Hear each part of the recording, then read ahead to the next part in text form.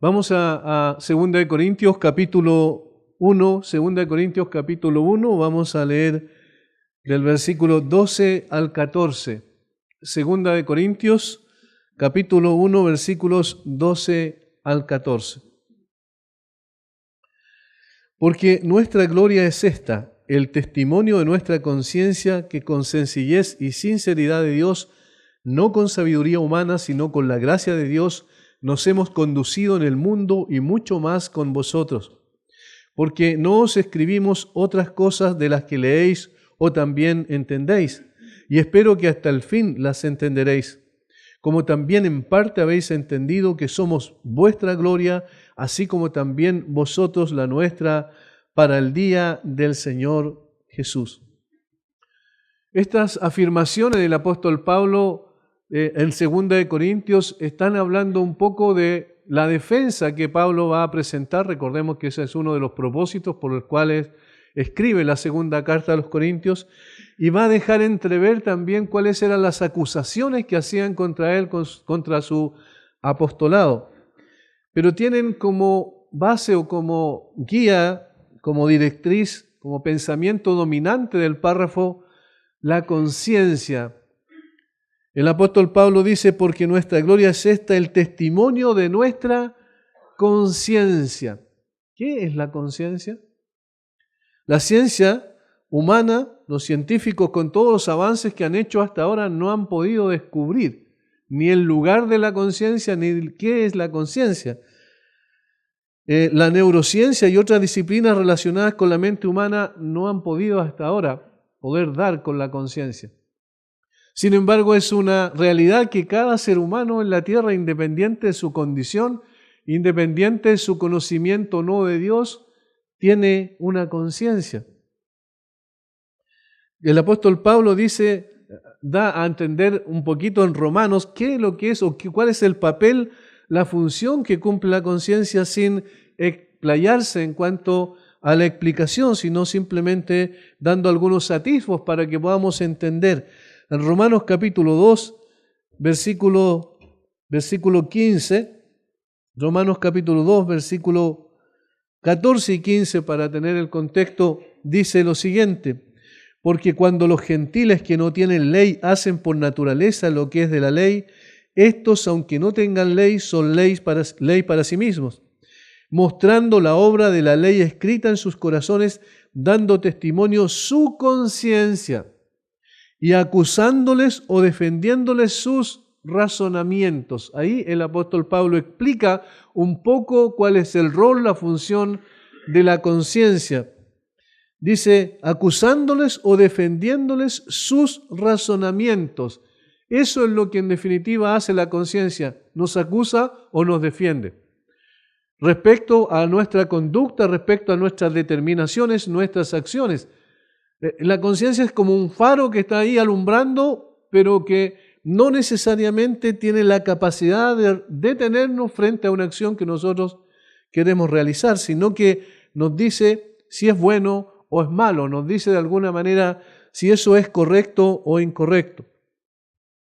La conciencia es entonces aquella parte de nuestro ser que Dios ha puesto para que sea como una alarma que nos advierte de nuestras acciones, sean malas o sean buenas. La conciencia no es la ley de Dios en nosotros, eso hay que tenerlo claro. No es que la ley de Dios esté en la conciencia, sino que la conciencia responde a un estándar moral, obviamente, que viene intrínsecamente en el corazón humano, pero ese estándar moral puede ser, y ahí donde nosotros tenemos que empezar a hilar un poquito más fino, puede ser acallado también, o puede ser modificado, o puede ser, como dicen en otros contextos, cauterizada la conciencia.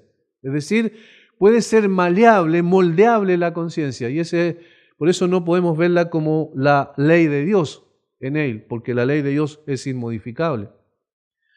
La conciencia entonces no es la ley de Dios, sino aquella facultad que afirma o condena nuestro comportamiento, es la voz de alerta, es la alarma que suena, como el otro día en la mañana todos fuimos, ¿cierto? Los teléfonos celulares sonaron aquí diciendo que había una alarma de erupción volcánica. Esa es una alarma que nos avisa que algo está ocurriendo. La conciencia nos dice, algo está ocurriendo. Obviamente era un simulacro, así que no se asusten. Lo de la alarma de erupción era un simulacro nada más. Pero es la que nos advierte, que nos despierta y nos dice algo está pasando. Algo bueno está pasando, ¿cierto? Nos defiende, o algo malo nos acusa.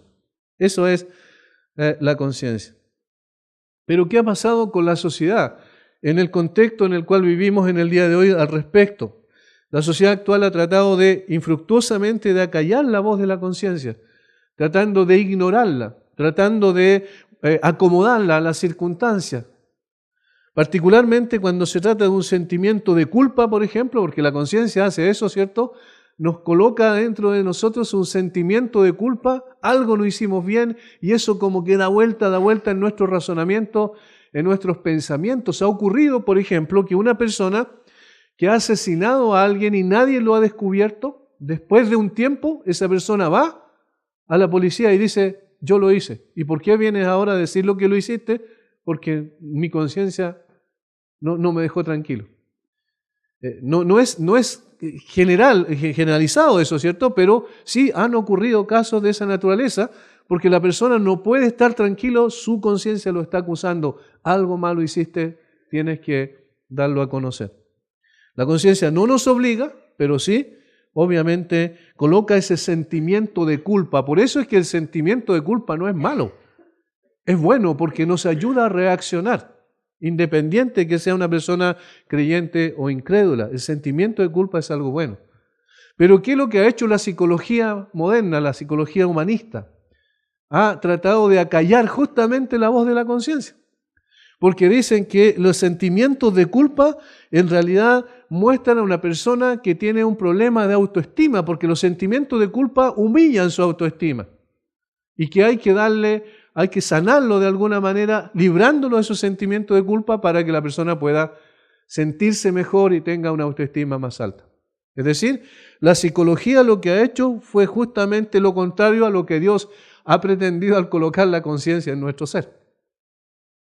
Los sentimientos de culpa son necesarios, pero la sociedad actual, la sociedad en general siempre ha tratado de ocultar esos sentimientos de culpa, echarle un poco de tierra por encima, taparlos para que la persona no se sienta mal.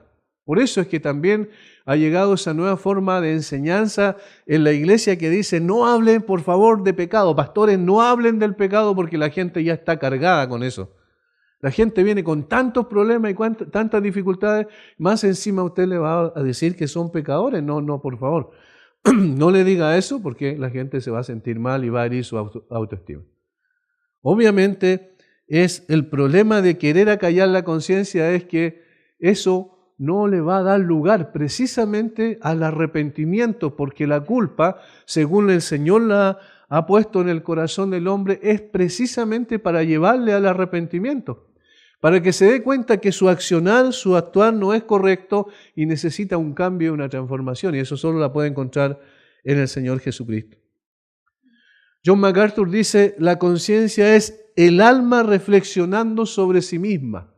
El alma reflexionando sobre sí misma es interna, nadie la puede ver, nadie puede, ¿cierto?, examinar la conciencia como se examinan los órganos del cuerpo, por ejemplo. Nadie puede percibir eso, solamente la persona. Entonces el alma reflexionando sobre el alma. Es algo interno. La palabra traducida por conciencia en el Nuevo Testamento lleva la idea de conocerse a sí mismo.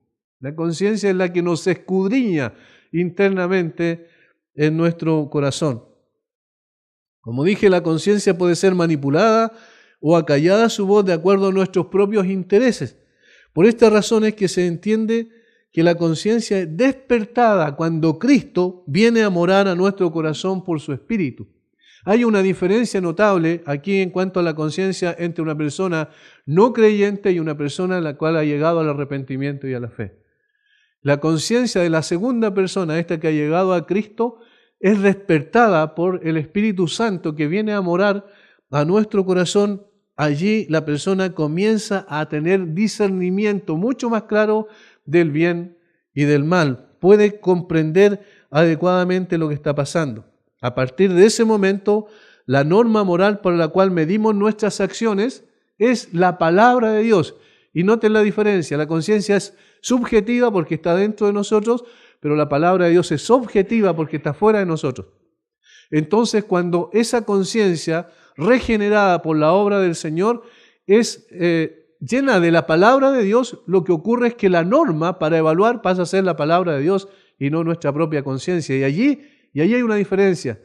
La palabra de Dios nosotros no la podemos tergiversar, no la podemos obviar porque está delante de nosotros, es nuestra regla, y la conciencia llena de esa palabra de Dios tiene un estándar moral mucho más alto que la conciencia de una persona sin Cristo.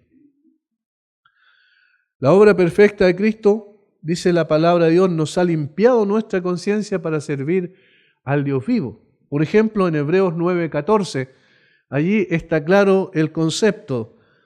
Dice el autor de Hebreos, cuánto más la sangre de Cristo. Está haciendo un contraste entre la sangre de los animales en el Antiguo Testamento, que era un tipo, una figura, que era una sombra de la realidad que era Cristo, que viene a ser Cristo. Dice, cuánto más la sangre de Cristo, el cual mediante el Espíritu Eterno se ofreció a sí mismo sin mancha a Dios, limpiará vuestras conciencias de obras muertas para que sirváis al Dios vivo. Miren la última parte. Limpiará vuestras conciencias de obras muertas para que sirváis al Dios vivo. Obviamente el contraste entre la religión de rituales y la verdadera fe en la persona del Señor Jesucristo. Pero ¿qué es lo que hace el Señor? Limpia vuestras conciencias de obras muertas. Es decir, la conciencia de una persona regenerada tiene otro estándar moral y en consecuencia está preparada para evaluar correctamente su conducta moral. Luego, en Hebreos también, capítulo 10, versículo 22, dice, acerquémonos con corazón sincero, en plena certidumbre de fe, purificados los corazones de mala conciencia. Purificados los corazones de mala conciencia y lavados los cuerpos con agua pura. Hebreos 10, 22. Otra vez hace énfasis en la limpieza, en la pureza de la conciencia de una persona regenerada. Ahora, no significa que esta conciencia esté libre, ¿cierto?, de la influencia del pecado, sino que está diciendo que ahora sí es mucho más sensible a las cosas que son de Dios y en consecuencia también es mucho más sensible a la realidad del pecado. Por eso es que una persona, por ejemplo, que dice ser creyente y peca deliberadamente sin sentir culpa en su conciencia, es porque obviamente hay un problema más grave y lo más seguro que no ha nacido de nuevo. Porque la persona que nace de nuevo, su conciencia es activada. Su conciencia, esa voz de alerta es activada, es mucho más sensible cuando se trata del pecado o cuando se trata de las cosas del Señor. La Biblia dice en Ezequiel que el Señor iba a hacer una obra en el corazón del pueblo, lo dice así en términos generales, que iba a sacar el corazón de piedra, iba a colocar en su lugar un corazón de carne, iba a colocar la palabra de Dios en vuestros corazones, dice. Y eso es el cambio que se produce con una persona verdaderamente que ha conocido al Señor. Por esta razón, la Biblia nos enseña la necesidad de mantener la conciencia limpia en todos nuestros actos y motivaciones. Dice la palabra de Dios, manteniendo la fe y buena conciencia, le dice Pablo a Timoteo, desechando la cual naufragaron en cuanto a la fe algunos.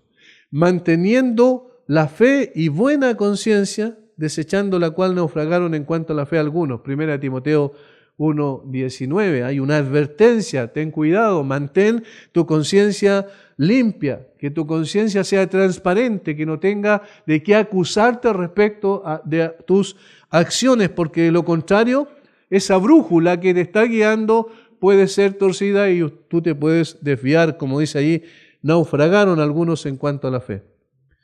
Posteriormente el apóstol Pedro en el capítulo 3, versículo 16, también él hace una advertencia a estos hermanos que estaban siendo perseguidos, que estaban expatriados fuera de su nación, que estaban siendo perseguidos por el nombre de Cristo. Pedro le dice, teniendo buena conciencia para que lo que murmuran de vosotros como de malhechores, esas son las acusaciones que le hacían a ellos, sean avergonzados los que calumnian vuestra conducta en Cristo.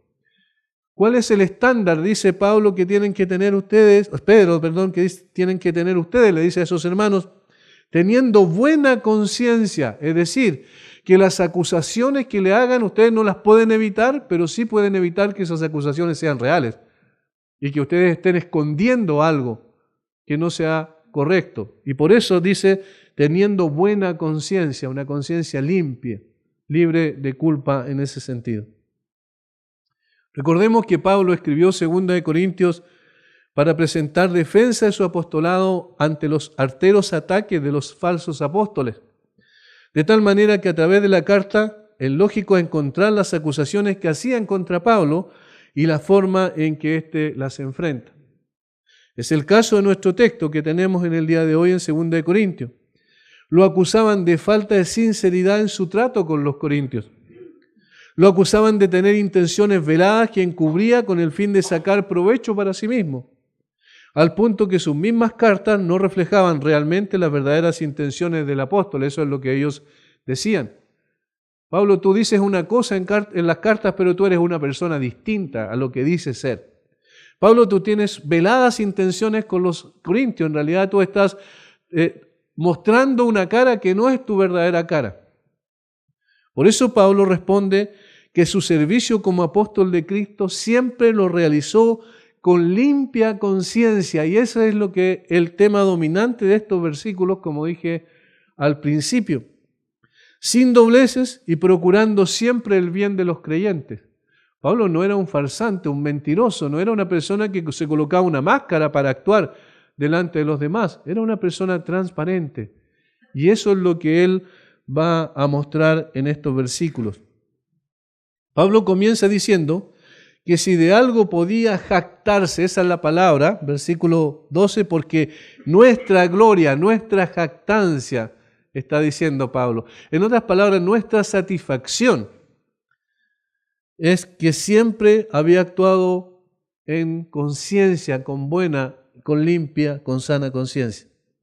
Esta palabra, jactarse, o satisfacción, como traducen otras, o gloria, como se traduce aquí, esta palabra traducida jactancia se encuentra 59 veces en todo el Nuevo Testamento y solo en la segunda carta de Pablo a los Corintios, es decir, nuestra carta que estamos estudiando, la encontramos en 29 oportunidades, 29 ocasiones.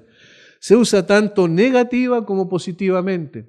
Cuando se usa negativamente es como expresión del orgullo injustificado o para expresar positivamente una legítima confianza en lo que Dios hace en la vida de una persona. Pablo dice, por ejemplo, a los Gálatas, en Gálatas capítulo 6, versículo 14, utiliza esta palabra y dice,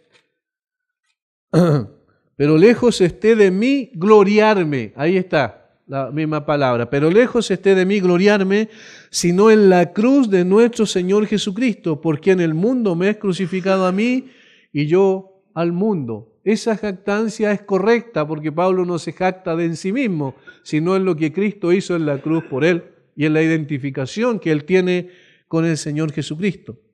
En este sentido es usada positivamente, igual que en nuestro texto en cuestión, porque nuestra gloria, nuestra satisfacción, nuestra jactancia, Pablo está usándola positivamente porque da por hecho que Dios es el que ha limpiado su conciencia y entonces él no apela a defender su testimonio delante de los que lo acusaban a otras personas, no llamó a otros para que lo defendieran, sino que colocó como testigo a su propia conciencia. La conciencia mía, está diciendo Pablo en otras palabras, no me acusa, porque en realidad yo he sido siempre transparente entre ustedes, no tengo dobles intenciones.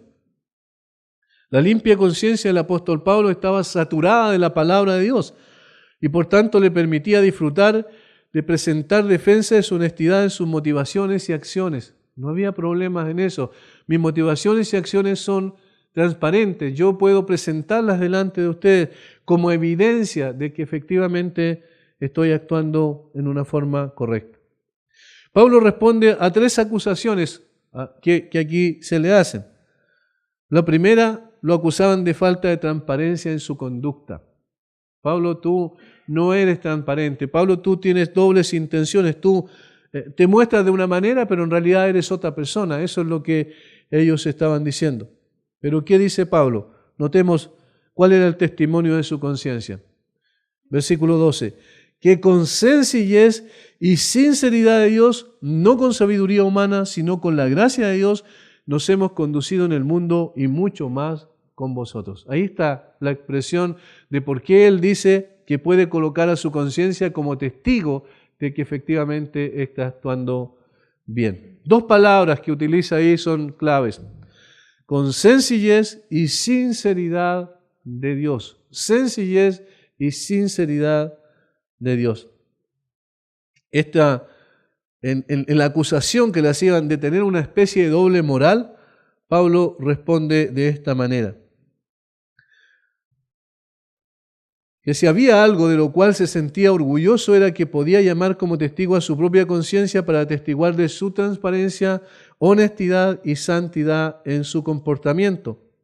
No había nada escondido en la vida de Pablo, nada que ocultar, era una vida íntegra, que se prueba tanto en lo secreto como en lo público. No había dobles intenciones y esta es una buena manera de graficar lo que significa la palabra integridad, que está tan en el día de hoy, tan fuera de todos los estándares éticos y morales que uno pueda ver en los grandes, gobernantes de los países en general, el estándar de los, incluso del sistema de justicia, uno puede ver falta de esto, falta de integridad.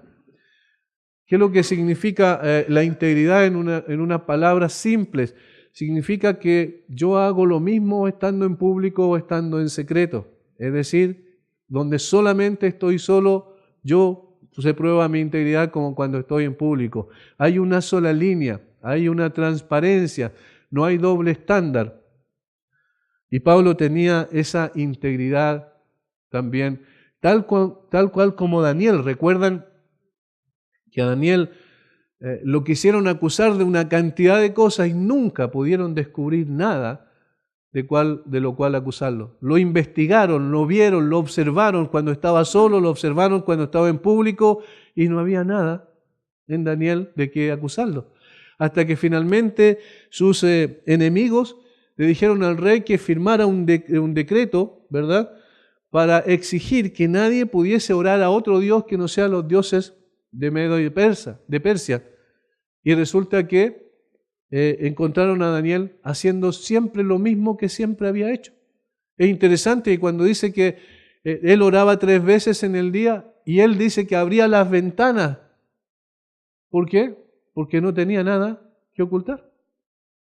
Y finalmente lo acusan de orar a otro Dios porque hacía siempre lo mismo, de tal manera que el decreto no cambió la forma en que vivía Daniel. Esa es una vida de integridad. Esa es una vida transparente. Y eso es lo que Pablo estaba mostrando a través de su comportamiento. Notemos estas dos palabras, escudriñemos un poquito más profundamente y veamos estas dos palabras. Primero, dice, con sencillez, en realidad no es la mejor traducción de la palabra, porque la palabra es una palabra griega, agiotes, y viene de agios, y agios significa santo. De tal manera que la mejor traducción es en santidad. En lugar de sencillez, la mejor traducción es santidad. Esa es la mejor traducción. Puesto que ésta expresa adecuadamente los motivos puros con los que Pablo actuaba a la luz de su propia conciencia guiada por el Espíritu de Dios. Pablo dice, yo actué siempre en función del estándar de santidad que Dios ha establecido. De tal manera que no tengo de qué avergonzarme en ese aspecto. Jamás he tratado de sacar provecho a una situación personal. Yo he actuado honestamente de acuerdo al estándar de santidad que Dios ha colocado en mi corazón. ¿Entienden? Miren, aquí uno puede entender cuál era el componente de la conciencia de Pablo. El primer componente de su conciencia era la santidad. Y por eso hermanos, que la Biblia llama una y otra vez a los verdaderos creyentes a crecer en santidad, porque en la medida en que crecemos en santidad, más honesta va siendo nuestra existencia. No solo en lo público, porque en lo público uno puede mostrar un rostro, una cara, ¿verdad? Pero en lo privado puede ser otra cosa. Eso se ha visto muchas veces, lamentablemente, incluso en el liderazgo cristiano, donde personas aparentaban una cierta situación externa, pero en realidad tenían otra vida privada distinta, contradictoria con la que se mostraba en público. Pero cuando uno entiende que uno tiene una relación personal con el Señor Jesucristo, y en esa relación personal con el Señor Jesucristo va colocando Él en nuestra conciencia cada vez una sensibilidad mayor al pecado, tratando uno de alejarse más de ese pecado, creciendo en una comunión más íntima con Él, lo que ocurre es que el estándar moral va siendo más alto. No, el Señor Jesucristo cuando viene a la vida una persona, no viene y le dice, le coloca una ropa nueva y le dice, ya, desde aquí en adelante tú vas a la gloria ahora, espera el tiempo de tu partida y yo te voy a recibir allá. El Señor Jesucristo hace un cambio, una transformación. Es como que tomara de la cantera de este mundo, ¿cierto? Un barro deforme, sin ningún tipo de forma, botado ahí en la basura del mundo, lo toma y comienza a moldearlo con sus propias manos a través de la palabra de Dios. Y en la medida en que la palabra de Dios va penetrando nuestra conciencia, lo que va ocurriendo, entonces que el estándar de santidad va creciendo en nosotros. Ya no empezamos a justificar nuestro pecado. Ya no empezamos a decir lo que pasa es que yo necesitaba esto y no creo, bueno, Dios es misericordioso, me va a perdonar. Ya no empezamos a justificar el pecado, por el contrario. Y si hay una persona que se parecía mucho a Jesucristo, era el apóstol Pablo, precisamente por eso. Por eso él puede decir en otros contextos, en 1 Corintios, sed imitadores de mí así como yo de Cristo. Para atreverse a decir eso, implicaba, ¿verdad?, un estándar de conducta y un estándar moral, no solo externo, sino interno, también consecuente con lo que era su relación con el Señor Jesucristo. La segunda palabra que utiliza allí es sinceridad. Sinceridad. La palabra que se traduce sinceridad es eilicrinia en griego y es sumamente interesante porque puede describir algo que puede soportar la prueba de ser expuesto a la luz del sol y que se vea el sol a través de ella, es decir, como una especie, como vamos a decir, como si viviéramos en una casa de cristal, transparente, donde todas las personas pudiesen ver nuestra vida y nosotros no avergonzarnos de ella. Ese es el sentido. Porque es como si alguien, por ejemplo, pudiese tomar nuestro corazón, colocarle un cable y enchufarlo, ¿verdad?, al proyector y que todas las personas pudiesen ver el corazón allí, en forma transparente. Todo lo que hay, los pensamientos, las intenciones del corazón, ¿se imaginan eso? El apóstol Pablo dice, yo he actuado con sinceridad. Pueden exponer mi vida a la luz del sol. No hay problema. Imagínense el estándar moral de conciencia que tenía Pablo. No estaba diciendo que era perfecto, porque en otros contextos lo dice así. No era perfecto completamente, sino que estaba diciendo que no tiene dobleces, que su vida es siempre la misma, que pueden investigar todo lo que quieran y no va a haber ningún tipo de problemas en eso. No hay dobles intenciones. Una persona sincera es alguien transparente. Uno de los requisitos, por ejemplo, que se exige, según el mismo apóstol le escribe a Timoteo y a Tito, uno de los requisitos para el pastorado, para el ministerio, es que sea irreprensible. Irreprensible. ¿Qué significa eso? ¿Que no tiene fallas? No significa eso. Sino significa que no tiene nada que esconder. Significa que no puede ser reprendido por ninguna persona respecto a algo oculto que él tenía tapado ahí y que alguien lo descubrió y entonces lo dio a luz. ¿Han notado que eso es lo que pasa muchas veces en las peleas políticas? De repente uno saca, justo en un periodo de elecciones, saca algo. Mira, este hizo esto en tal fecha, en tal oportunidad, y entonces esa persona no es irreprensible. Según el estándar bíblico, si nosotros lo viéramos así para toda la sociedad, esa persona no podría tener un liderazgo.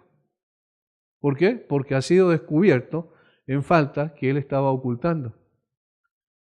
Ahora, desde el punto de vista del cristianismo, eso es lo que implica también el concepto correcto de un líder espiritual. No es una persona perfecta, pero sí es una persona transparente. Eso se debe dar en todos los aspectos, por ejemplo, en el mismo matrimonio. La esposa tiene que saber exactamente todo lo que pasó con el esposo y el esposo con la esposa. De esa manera no hay nada que ocultar entre ellos. Los hijos tienen que saber también cómo es nuestra vida genuina, no tratando de fingir que somos algo que no somos. Eso es transparencia, eso es sinceridad. Y Pablo dice, todo esto es la forma en que yo me he comportado. Ahora, ¿los corintios sabían eso? Sí, porque Pablo había estado durante 1 año y 6 meses hablándoles, predicando, viviendo con ellos, estando cerca de ellos de tal manera que esas personas podían dar fe de que Pablo era transparente. Pero los falsos apóstoles lo querían acusar para desprestigiar precisamente su liderazgo, y desprestigiando su liderazgo desprestigiaban su mensaje, que era el Evangelio. Y por eso Pablo defiende esa postura. Y dice, yo he actuado con santidad, mi conciencia, el estándar moral de mi conciencia es santidad, y la forma de mis motivaciones más internas, más íntimas, mi conducta es también sincera. Describe adecuadamente entonces esta última palabra, la transparencia con la que Pablo se conducía. No existía nada que le pudiesen reprochar. Sus acciones obedecían a su condición de siervo de Cristo, cuyas motivaciones eran puras y santas. Alguien dijo, bendita la persona cuyas acciones pueden soportar la luz del día, y que como Pablo puede asegurar que no hay segundas intenciones ocultas en su vida. Ahora, noten que él no estaba diciendo que esto procedía de él, sino que dice que con sencillez y sinceridad de Dios. Esto procedía de Dios. Más adelante dice, sino con la gracia de Dios. De tal forma que él nos está haciendo una exhibición de sus cualidades, sino que está diciendo, esto es lo que Dios ha hecho en mí. Todo esto procede de la obra de Dios en mí. De tal forma que puedo decirlo honestamente y en forma transparente delante de ustedes.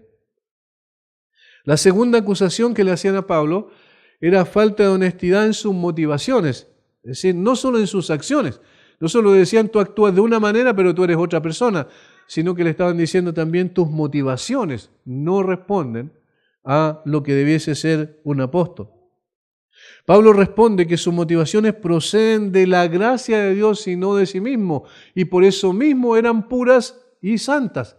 Vamos a ver lo que sigue en el versículo. Dice Pablo, no con sabiduría humana, aquí está hablando de la procedencia de sus motivaciones, no con sabiduría humana, sino con la gracia de Dios nos hemos conducido en el mundo y mucho más con vosotros.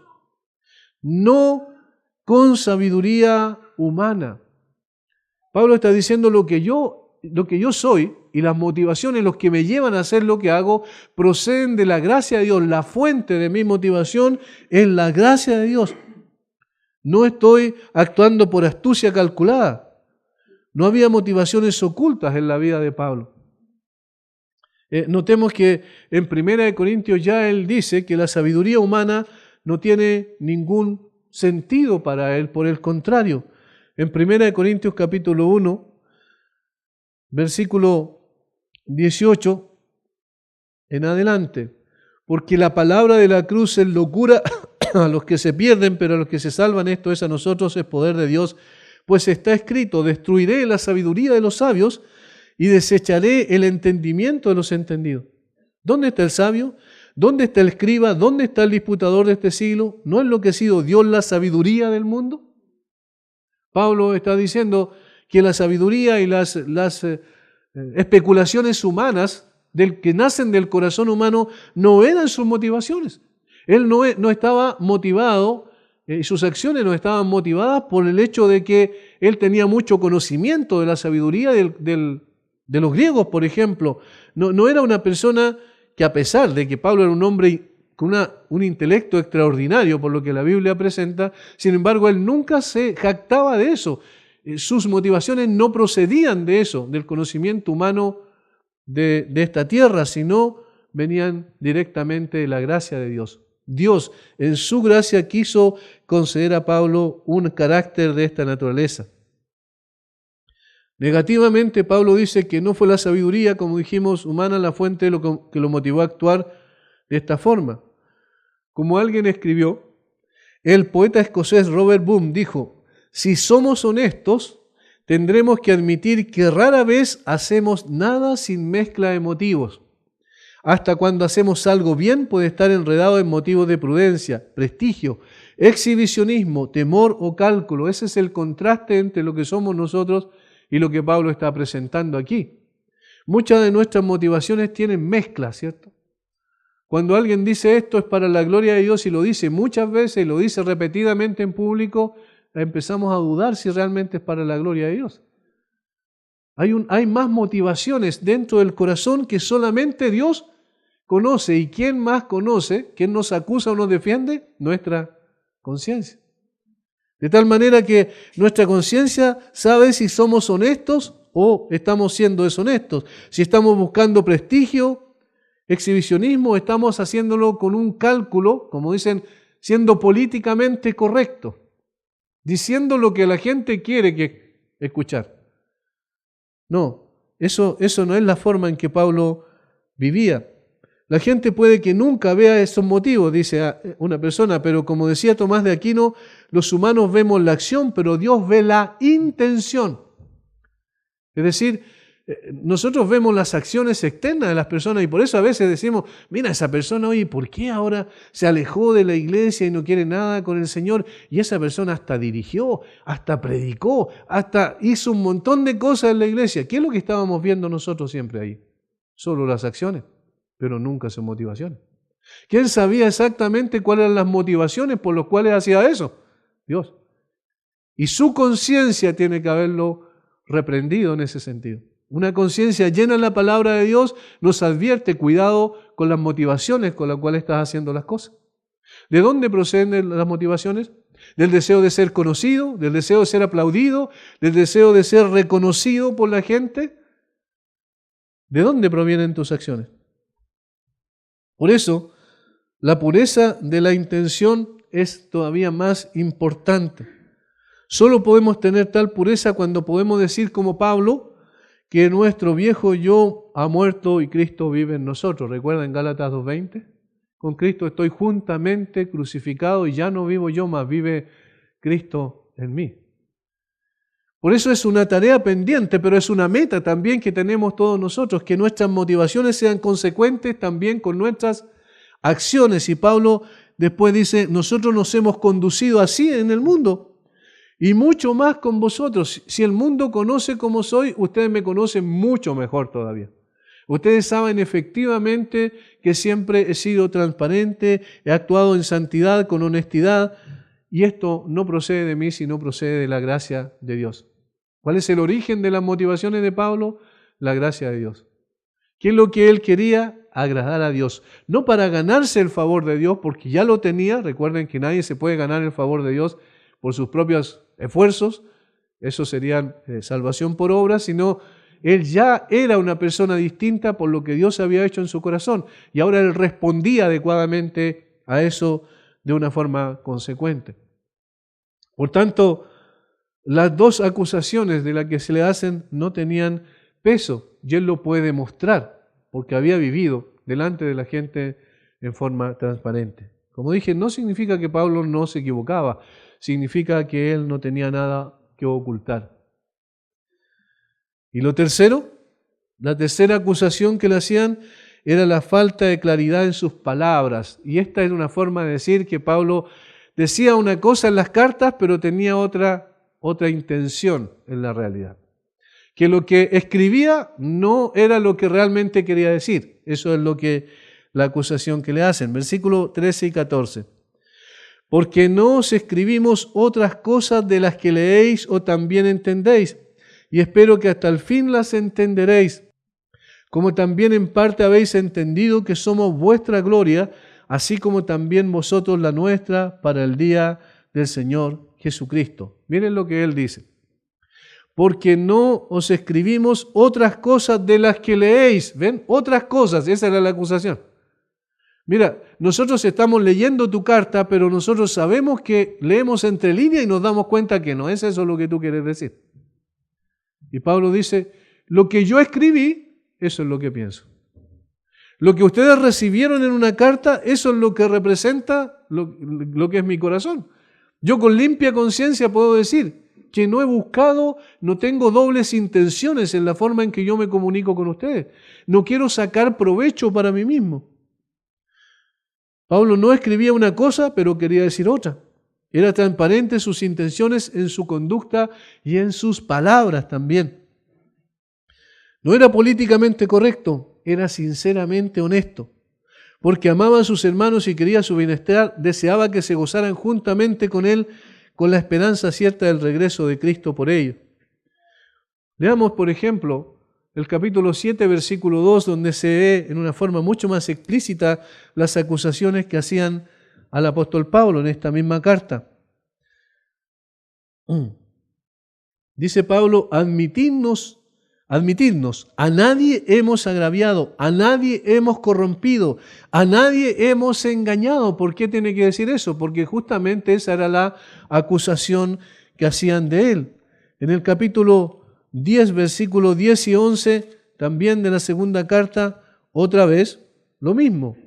Porque a la verdad dicen, las cartas son duras y fuertes, mas la presencia corporal débil y la palabra menospreciable. ¿Ven la acusación directa que hacían? Las cartas son duras y fuertes, pero en realidad él es otra cosa. Lo que él dice no se corresponde con lo que él es. Pablo responde, esto tenga en cuenta tal persona, que así como somos en la palabra por cartas, estando ausentes, lo seremos también en hechos, estando presentes. ¿Ven? Como él está diciendo, no soy una cosa en las cartas y otra cosa presente. Lo que digo en las cartas, lo digo también en forma directa, cuando estoy presente. Eso es transparencia, eso otra vez es integridad. El apóstol Pablo estaba siendo una persona sincera, transparente, no solo en lo que decía, sino también en lo que él hacía, no solo a través de cartas, sino por medio igualmente de su propia presencia. En el capítulo 11, versículo 9 de la misma carta, la segunda carta a los Corintios, dice, y cuando estaba entre vosotros y tuve necesidad, a ninguno fui carga, pues lo que me faltaba lo suplieron los hermanos que vinieron de Macedonia, y en todo me guardé y me guardaré de seros gravoso. O sea, ni siquiera podían acusarlo de sacar provecho económico para sí mismo. No, él no estaba pensando en buscar algo de ellos, en ganar algo de ellos, en sacar algún provecho de tipo económico. No fui carga a ustedes, por el contrario, a ninguno fui gravoso. O sea, la evidencia estaba mostrando de que el apóstol Pablo era lo que decía ser. Sin embargo, para refutar a estos falsos apóstoles, Pablo tiene que escribir esta parte de la carta diciendo, no, ustedes están completamente equivocados. No soy deshonesto. Por el contrario. Por eso, más adelante va a decirlo en una forma más gráfica. En los versículos, en el capítulo 6, versículo 3 al 10, no damos a nadie ninguna ocasión de tropiezo. Miren, esto es importante. No damos a nadie ninguna ocasión de tropiezo para que nuestro ministerio no sea vituperado. Antes bien nos recomendamos en todo como ministros de Dios, en mucha paciencia, en tribulaciones, en necesidades, en angustias, en azotes, en cárceles, en tumultos, en trabajos, en desvelos, en ayunos, en pureza, en ciencia, en longanimidad, en bondad, en el Espíritu Santo, en amor sincero, en palabra de verdad, en poder de Dios, con armas de justicia a diestra y a siniestra, por honra y por deshonra, por mala fama o por buena fama, como engañadores pero veraces, como desconocidos pero bien conocidos, como moribundos, mas he aquí que vivimos, como castigados, mas no muertos, como entristecidos, mas siempre gozosos, como pobres, mas enriqueciendo a muchos, como no teniendo nada, mas poseyéndolo todo. Ahí está la forma transparente de conducirse de una persona que sirve al Señor. Pablo no era un hipócrita, era un hombre honesto. Y hermanos, ese es el estándar para cada uno de nosotros. El estándar es una transparencia y una honestidad a toda prueba. Que lo que decimos por medio de algún medio de comunicación, cuando nos comunicamos con alguien, sea lo mismo que seamos capaces de decirle cuando estemos con él. Que no estemos buscando de qué manera hablamos para ser políticamente correctos, para no desagradar a la gente. Imagínense si los predicadores actuáramos políticamente correctos, no le podríamos decir a la gente que están en una condición deplorable y de que necesitan arrepentirse, que necesitan ser regenerados, como le dijo el Señor Jesucristo a Nicodemo, tienes que nacer de nuevo. No podríamos hablar así a la gente porque eso sería políticamente incorrecto. Dañaría sus conciencias en un sentido, como dice la psicología. Pero no podemos hacer eso. Y Pablo no hacía eso con los corintios. No les sobaba el lomo, como decimos vulgarmente, sino que les decía la verdad, porque necesitaban la verdad para ser cambiados y transformados a la imagen de Jesucristo. Hermanos, la gente en la iglesia necesita la verdad. No necesita que se les diga que todo va bien y que no hay problema, porque eso es mentira. Se les necesita decir, mira, este es el estándar que Dios ha establecido. Llena tu conciencia de la palabra de Dios. Si la palabra de Dios está en tu corazón, entonces también ese va a ser el estándar moral que tú vas a vivir en tu vida. Porque si la palabra de Dios te dice una cosa y tú vives de una manera totalmente distinta, estás mostrando con tus hechos de que en realidad tu estándar moral no es el que la palabra de Dios ha establecido. Pablo dice, no, yo realmente puedo decir delante de ustedes y delante de Dios que mi intención nunca fue buscar algún provecho de parte de ustedes. Por el contrario, mi interés mayor, lo dice en el versículo 14, es que nos gocemos mutuamente, en que seamos gloria los unos de los otros, hasta que el Señor venga por nosotros. Como también en parte habéis entendido que somos vuestra gloria, así como también vosotros la nuestra. Pablo no tenía ningún sentimiento malo, digamos, de rabia en contra de los corintios. Por el contrario, él los amaba y él quería que disfrutaran de una relación con Cristo adecuada hasta que el Señor viniera otra vez para el día del Señor Jesucristo. Ese es hacia ese momento precioso, cuando ya estemos con el Señor. Hasta ese momento el apóstol Pablo decía, portémonos en forma transparente. Yo no quiero sacar provecho de ustedes, ni económicamente de ninguna especie, sino por el contrario, quiero que ustedes puedan vivir su cristianismo de una forma genuina, veraz, y sean transparentes.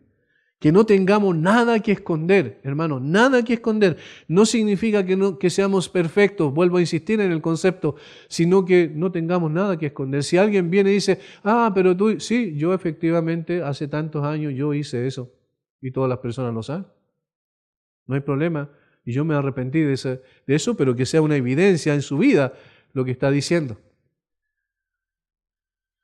Pablo dice también en el capítulo 4, versículo 2 de 2 de Corintios, respecto a la veracidad de la forma en que él actuaba, antes bien renunciamos a lo oculto y vergonzoso. Ahí está lo que está diciendo. Miren, esta es una forma de decir que fue transparente y sincero. Antes bien renunciamos a lo oculto y vergonzoso, no andando con astucia, ni adulterando la palabra de Dios, porque lo acusaban de eso también a Pablo, sino por la manifestación de la verdad, recomendándonos a toda conciencia humana delante de Dios. Recomendándonos a toda conciencia humana delante de Dios. Nosotros usamos la palabra como Dios quiso que la usáramos. Nosotros no buscamos sacar provecho por medio de modificar la palabra, de tratar de caer bien a ustedes, de que ustedes nos acepten, de que ustedes nos reconozcan. No, hicimos lo que Dios quiso que hiciéramos. Y fuimos honestos también en la predicación y en la enseñanza de la palabra de Dios. Hermanos, vemos cómo esa es la forma en que nosotros somos llamados a vivir. En el capítulo 2, versículo 17, otra vez Pablo muestra su honestidad en cuanto a la palabra. Pues no somos como muchos que medran falsificando la palabra de Dios. Medran significa comercian, literalmente. Falsificando la palabra de Dios, sino que con sinceridad, otra vez, como de parte de Dios y delante de Dios hablamos en Cristo. Pablo está diciendo, el estándar que nosotros tenemos es Dios mismo. Dios va a juzgar las intenciones y la forma en que nosotros expresamos o expusimos la palabra de Dios. Nosotros no la torcemos para beneficiarnos a nosotros mismos, sino que sabemos que tenemos que dar cuenta delante de Dios un día de lo que estamos haciendo. Eso es lo que el apóstol Pablo está mostrando. Y lo que nosotros somos, hermanos, no es lo que la gente piensa que somos, sino lo que somos realmente delante de Dios. En una ocasión alguien dijo, pastor, usted es un referente para mí. Y yo le dije, bueno, soy un referente porque tú no me conoces. Porque la verdad es que mirando desde fuera, todos tenemos una tenida linda, ¿cierto? Externa. Pero ¿quién conoce realmente el corazón? ¿Quién sabe realmente lo que pasa todos los días y las luchas y todo este tipo de cosas que hay?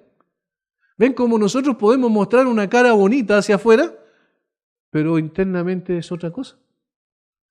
Y allí es donde está el crecimiento espiritual, donde se ve realmente. No en lo que hacemos, tanto en lo que hacemos, sino en lo que somos internamente. Por eso necesitamos estar examinándonos a nosotros mismos, viendo nuestro propio corazón y evaluando si estamos conforme al estándar de la palabra de Dios. Eso es lo que determina lo que realmente somos. Nosotros podemos procurar aparecer delante de todos como personas muy honestas, muy santas, muy justas, pero en realidad hay una lucha interna que estamos lidiando todos, cada día de nuestra vida, en cada momento. Ahora mismo ustedes están aquí, pero su mente puede estar en otro lado, ¿no es así? Ustedes pueden estar físicamente presentes, pero espiritualmente o emocionalmente, intelectualmente ausentes. Todos luchamos con eso. Y necesitamos ser honestos. No tratar de colocarnos en un sitial que no nos corresponde. Dios conoce efectivamente el corazón. Y el hecho de reconocer que estamos luchando con eso es honestidad también. Eso es transparencia. Y todos necesitamos crecer en aquello. Por eso lo que Pablo nos enseña aquí a través de su propia vida es singular y nos lleva a nosotros a poder ver cuál es la meta que tenemos que tener como creyentes. No, ya somos creyentes, ya conozco varias cosas de la palabra de Dios. No, eso no es suficiente. Necesitamos ser transformados todavía, conformados a la imagen de Cristo, para que seamos lo que decimos ser, para que seamos consecuentes, íntegros en todos los aspectos de nuestra vida. Padre, gracias por tu palabra, gracias por confrontarnos delante de ella, por mostrarnos, Señor, la importancia de poder vivir bajo el estándar de tu palabra, que nuestra conciencia pueda tener ese estándar moral, el más importante, el que tú has establecido. Y Señor, que podamos colocar también como testigo a nuestra conciencia, como Pablo la puso, no buscando a otras personas que dieran testimonio de Él, sino su propia conciencia, llena de la palabra de Dios, conducida por el Espíritu de Dios, para mostrar que nunca tuvo dobles intenciones, que siempre quiso hacer tu voluntad, que siempre quiso enseñar tu palabra tal cual, que no buscó ser aceptado por las personas, no cambió el mensaje para acomodarse a las circunstancias, sino que dijo y enseñó lo que tenía que decir, porque Él entendía que tú eres finalmente quien evalúa su vida. También, Señor, nosotros necesitamos entender eso. Danos de tu gracia para actuar con santidad, con sinceridad y reconociendo que todo esto procede de ti. No somos nosotros, no es nuestra sabiduría, no es el conocimiento que tengamos, es solamente tu gracia, que nos ha salvado y nos ha puesto también en un lugar especial para poder servirte con honestidad y transparencia. Guíanos, Señor. Bendice a mis hermanos también. Gracias por este tiempo. En el nombre de Jesús. Amén.